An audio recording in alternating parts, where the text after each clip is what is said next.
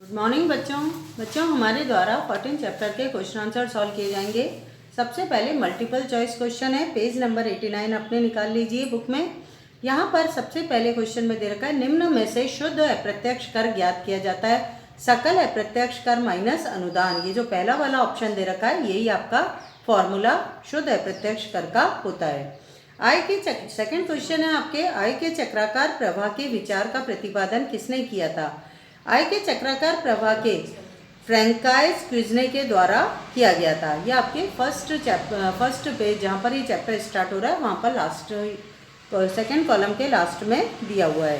फ्रैंकाइज क्विज़ने के द्वारा ही आय के चक्राकार प्रवाह का विचार प्रतिपादित किया गया था। सकल निवेश में से क्या घटाने पर निवल निवेश प्राप्त हो जाता है? सकल निवेश में से मूल्यह्रास को घटा दोगे आप, जो से वाला ऑप्शन है ना बच्चों, मूल्यह्रास, उसको घटा दोगे तो आपका शुद्ध निवेश प्राप्त हो जाएगा। उपभोग वस्तु का उदाहरण नहीं है सब्जियां, ब्रेड, कपड़े, सिलाई के लिए पंप सेट, सिंचाई के लिए पंप सेट। सिंचाई जो होती है उससे हमारे कृषि का उत्पादन होगा या अनाज खाद्यान्न फसलों का उत्पादन होगा, इसलिए वो उत्पादकीय पदार्थ हो गया पंप सेट। ऐसी स्थिति में दे वाला ऑप्शन हमारा सही होगा। पूंजीगत वस्तुओं का उदाहरण नहीं है मशीनें, भवन व ट्रैक्टर, ये तो हैं। बांध एवं नहरें, ये भी हैं। बिजली संयंत्र व बिजली के तंत्र, ये भी है हमारी पूंजीगत वस्तुएं। खाने पीने की चीज़ें और कपड़े, ये हमारी उपभोक्ता वस्तुओं की श्रेणी में आते हैं। दे वाला ऑप्शन इसमें राइट है। अगला क्वेश्चन हमारे अति लघुतरात्मक प्रश्नों की श्रेणी में है। पहला क्वेश्चन है, प्रवाह किसे कहते हैं? फ्लो एक निश्चित समयावधि के दौरान अध्ययन की जाने वाली आर्थिक चरों की स्थिति प्रवाह कहलाती है, जिसके अंतर्गत पूंजी निर्माण महत्वपूर्ण उदाहरण दे रखा है। ठीक है बेटा, ये आपके नोट्स में मिल जाएगा। भंडार या स्कंद किसे कहते हैं? स्टॉक जो होता है ना, उसे भंडार या स्कंद के नाम से जाना जाता है।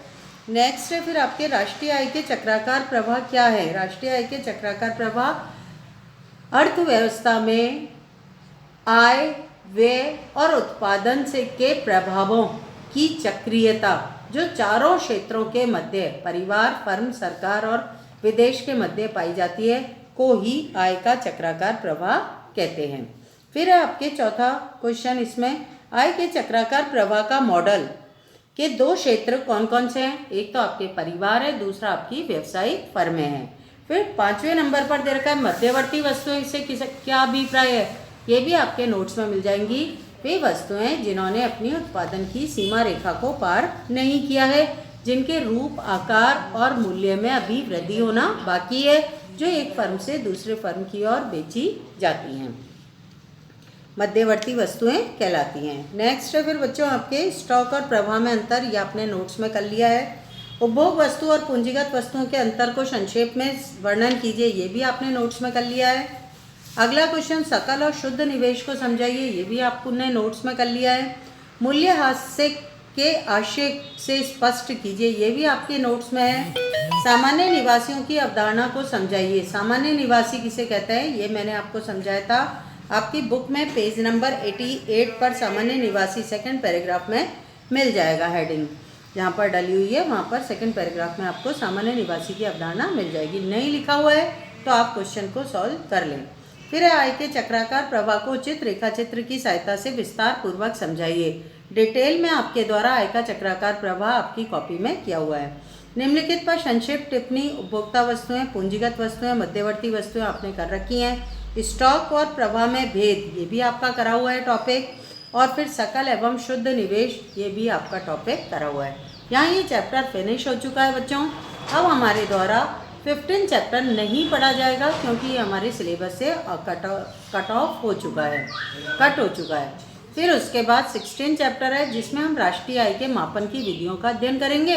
ये हमारे द्वारा नेक्स्ट लेक्चर से स्टार्ट की जाएगी। ठीक है, आज के लिए इतना ही। थैंक यू बच्चों।